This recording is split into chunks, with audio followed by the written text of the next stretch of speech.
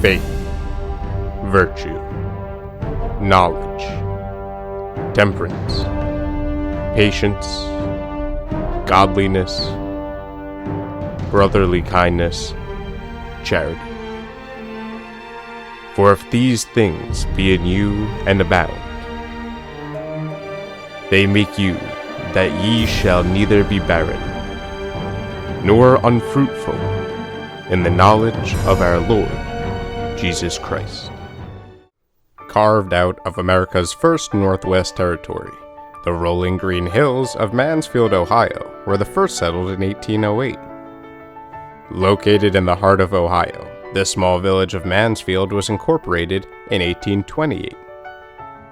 Then, beginning in 1846, numerous railroad lines transformed this beautiful, hilly region, surrounded by fertile farmlands, into a transportation hub, halfway between the important cities of Cleveland and Columbus. In 1857, Mansfield was chartered as a city.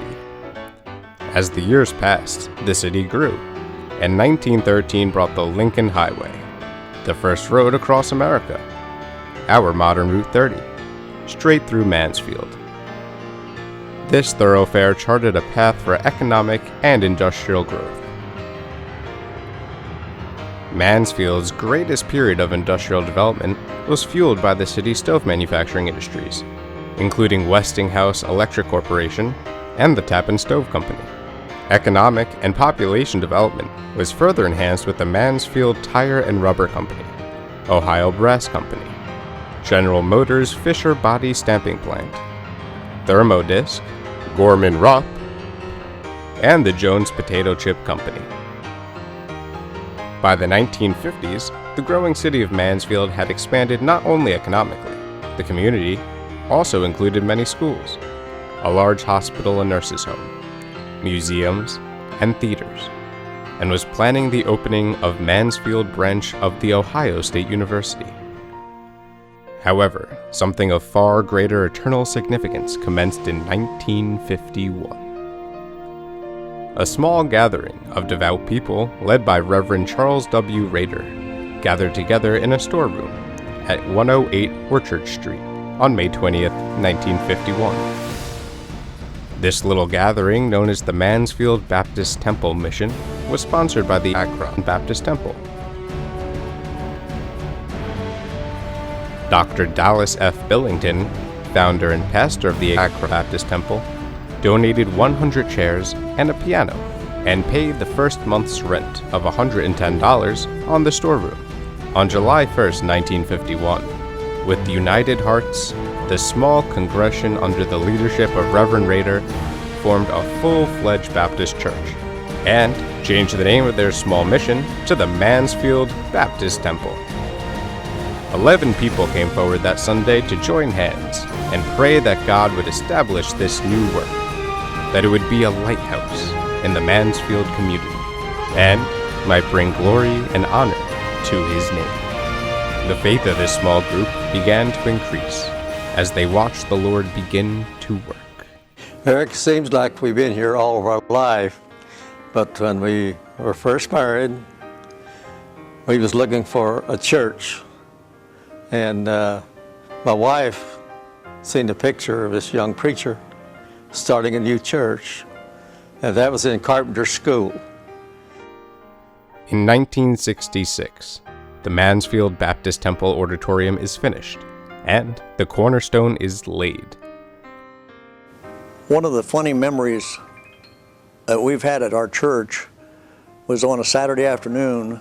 June and I were coming up 42 past the church, and I said to her, "Was there anyone at the church when you left?" And she said, "No." And I said, "Well, there's two figures at the contractor's trailer, which was parked out here on the east side of what is now the auditorium, and they looked like they were trying to get into the trailer." So we come around, that was before they had the bridge on Stewart Road. We came around and pulled right up to the trailer, and they went two different directions. I took off after the young man and ran him around the north side, and he was about to cross Stewart Road, and I grabbed him by the neck. And June ran the other young man down the street over here in the automobile. and found out where they lived. Later on, Pastor and I went down and spoke with the parents. So we thought that was pretty funny. In 1976, a gymnasium was built. Someone here at Mansfield Baptist Temple that's been a big influence on my life is Chuck Riffle. Our gymnasium was named after him, but as a child and a teenager, he was my youth director, my bus director here at Mansfield Baptist Temple. I've seen him influence my mom and dad to get them involved here at Mansfield Baptist Temple, encourage them, lift them up. And he always answered the phone with "Jesus Saves." And to this day, I could call his house and he would answer the phone. "This is Chuck Riffle, Jesus Saves." And about 4 months after we were married, they were building the gym here at Mansfield Baptist Temple, and I was helping on the roof. And I kind of stepped off the roof. There was a miscommunication, and I fell 29 feet, landing on both feet and on my back, and my legs and ankles were messed up. And we had a short honeymoon that way. Our life changed forever from that day on. In the year of 1978, we hit bottom. I lost my job, Mansfield Tire closed. We lost the pastor, and that's when Dr. Folger came on, was called to try to save the church, which he did.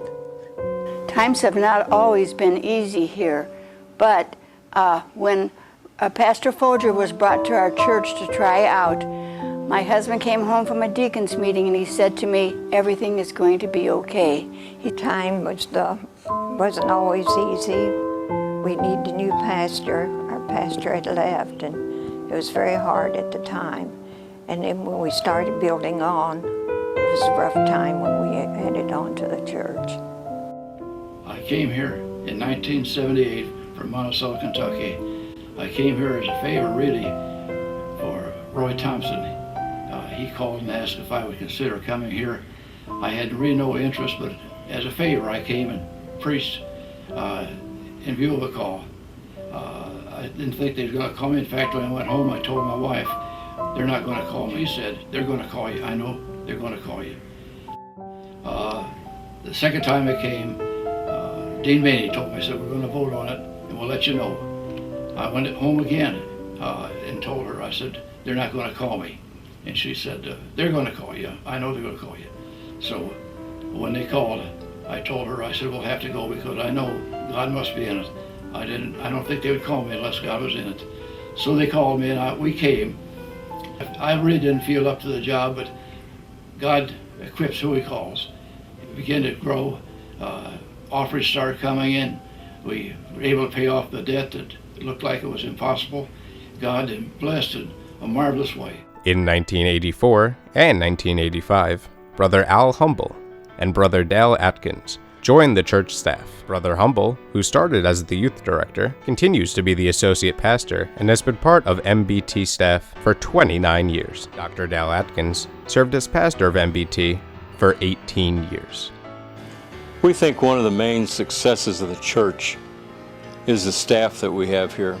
They're dedicated men, they love the Lord, and they care. They want to make sure that as many people as possible hear the word. And we're just so fortunate to have a strong staff to lead us.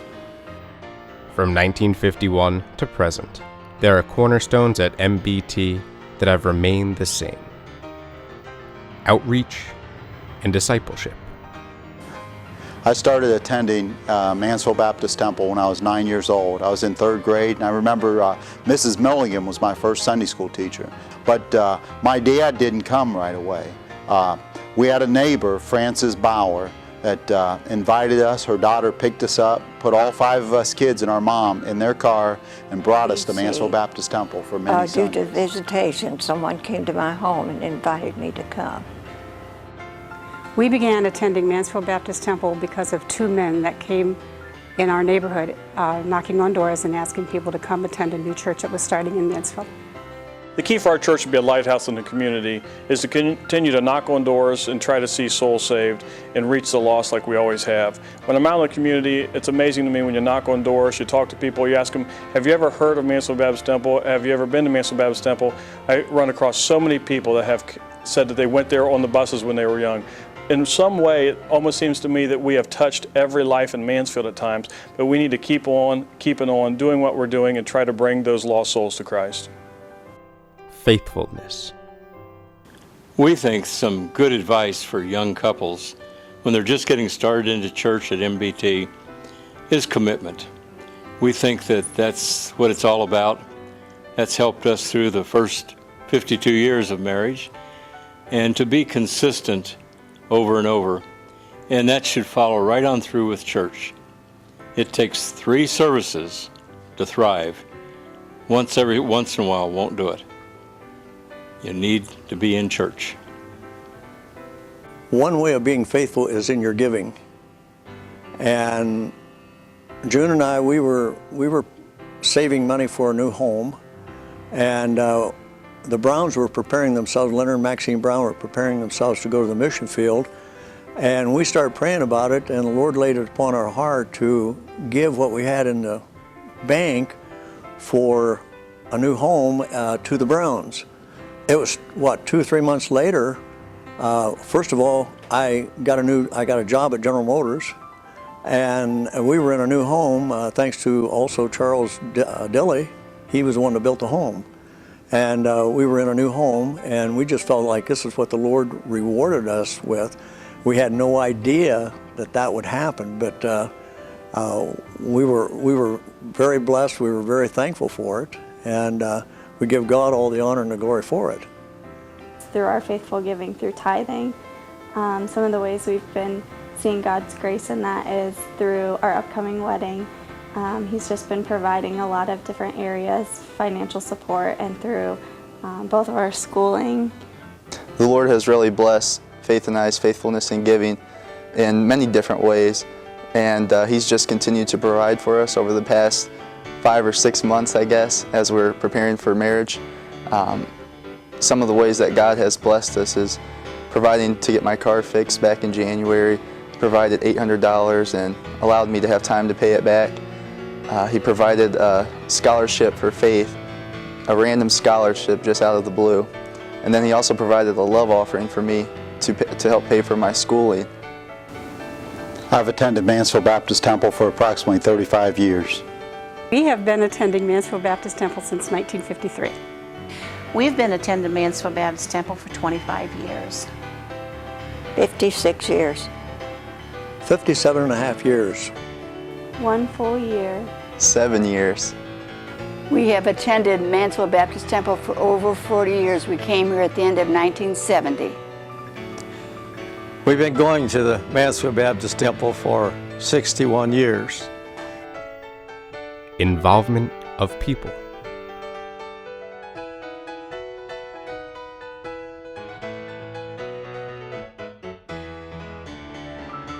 We've been singing in the choir. That has helped us to really build some good friendships and have fellowship with a lot of the different people in the church. And then we're in charge of the Toppers, which is the senior group here at the church, and we really love these people and we really enjoy doing that. I've been involved in the choir, and I really enjoyed singing with the group there in the choir. And I had started teaching Sunday school within a couple of weeks after I joined, and I taught for 37 years, and that was the kindergarten kids, the little 4- and 5-year-olds. I'm involved in the sound ministry here at Mansfield Baptist Temple, running the audio board and helping out with the video any way I can. I sing in the choir, I work in the nursery, basically anywhere. One reason that I'm in the bus ministry is because of my dad. And a lot of times I see teenagers and young people that are involved in the bus ministry. A lot of people say, well, they're just sitting there watching or not doing anything. Well, as a teenager, I sat there and watched my dad. And we're being watched as adults here at Mansfield Baptist Temple. Young people are watching us. And I believe that through watching my dad, it influenced my life to want to be a part of that. I seen my dad visiting. I seen my dad drive a bus. I seen my dad being faithful here at Mansfield Baptist Temple, and that was passed on to me. My dad was by no means perfect, but he was a man that was faithful to God in so many ways, and I thank God for that, and I'm glad to be a part of the bus ministry to this day. And wisdom. Attend. And make that the faithful thing of your family is we attend church. Everything else comes second place. We think some good advice for young couples when they're just getting started into church at MBT is commitment.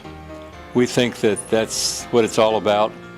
That's helped us through the first 52 years of marriage, and to be consistent over and over. And that should follow right on through with church. Some of the things that have drawn us to Mansfield Baptist Temple are the loving people here, Pastor Kurtz and the leadership that he provides, and since he came in, just some of the things that he's been doing here, and also the fact that our church preaches the truth, and we really hold fast to sound doctrine and to the King James Bible. From 1951 to 2013, Mansfield Baptist Temple has stood the test of time. People have been looking and searching for a place they can call home.